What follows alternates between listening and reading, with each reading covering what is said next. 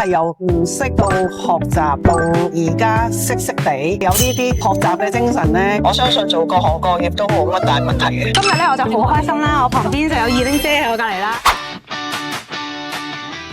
我點解要捉住佢做採訪呢？因為咧喺澳門入行做 IT 嘅女仔咧真係好少啦，所以咧我今日咧就會代表各位網民咧去問二玲姐嘅一啲問題嘅喎。咁有好多網民都話咧，佢唔建議女仔入行做 IT 喎。點解佢哋會咁講？其實女仔入行做 IT 係好多優勢嘅，女仔 IT 嘅人咧真係幾叻嘅。你覺得如果女仔入行做 IT 嘅話，咩範疇或者咩方向會比較好呢？其實 IT 個範圍好大好大，都冇話一個特定嘅範圍。而家大家都講緊 AI 啦，又講緊大數據啊、芯片製作啊，都係可以往未來最 hit 嘅呢啲方向行業嗰度去諗咯。咁如果入行一間公司應該係做咩職位？你覺得比較適合女仔呢？其實職位應該無分，冇話女仔或者男仔咯，只係咧平時好多時見到喺 IT 公司入邊女仔係少數嘅，都希望多啲女仔參與呢個行業，因為女仔會細心啲嘅。我都覺得係做 IT 做咗咁耐咧，如果我見到女仔我就會好開心。可能有女仔嘅思維咧，可能會對 IT 行業會有更大嘅衝擊咯。咁我咧喺網上面咧就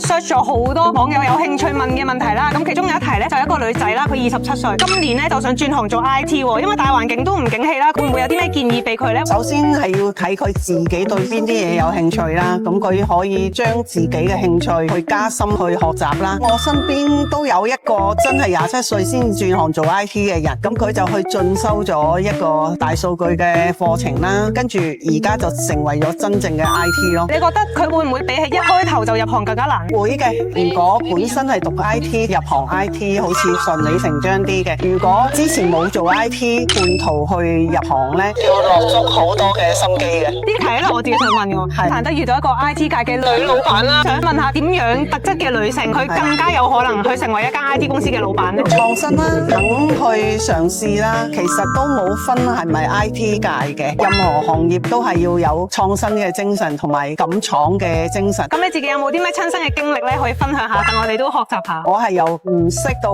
學習，跟住到而家識地，仲喺度努力學習中，每日都有新嘅嘢喺度學緊咯。有呢啲學習嘅精神咧，我相信做各行各業都冇乜大問題。